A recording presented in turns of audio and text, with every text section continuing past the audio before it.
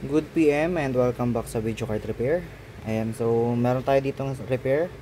Makikita nyo, isa siyang Inno3D GTX 1660 6GB and dual fan siya.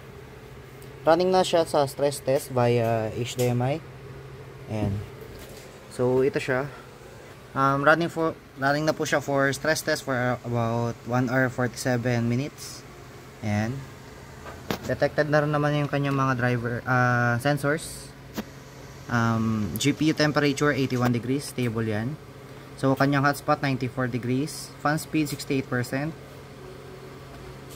Ayan. So kindly check na lang po.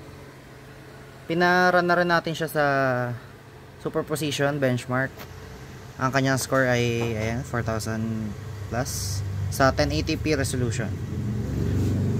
Detected na rin naman na yung kanyang drivers, NVIDIA GeForce GTX 1660 Super.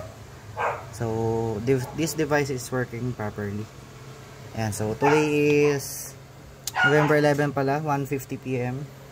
So naging problem nito ay dead yung isang kanyang 1 volts, then may pinalitan lang natin siya, and then may pinalitan na pyesa, and after that all goods naman na.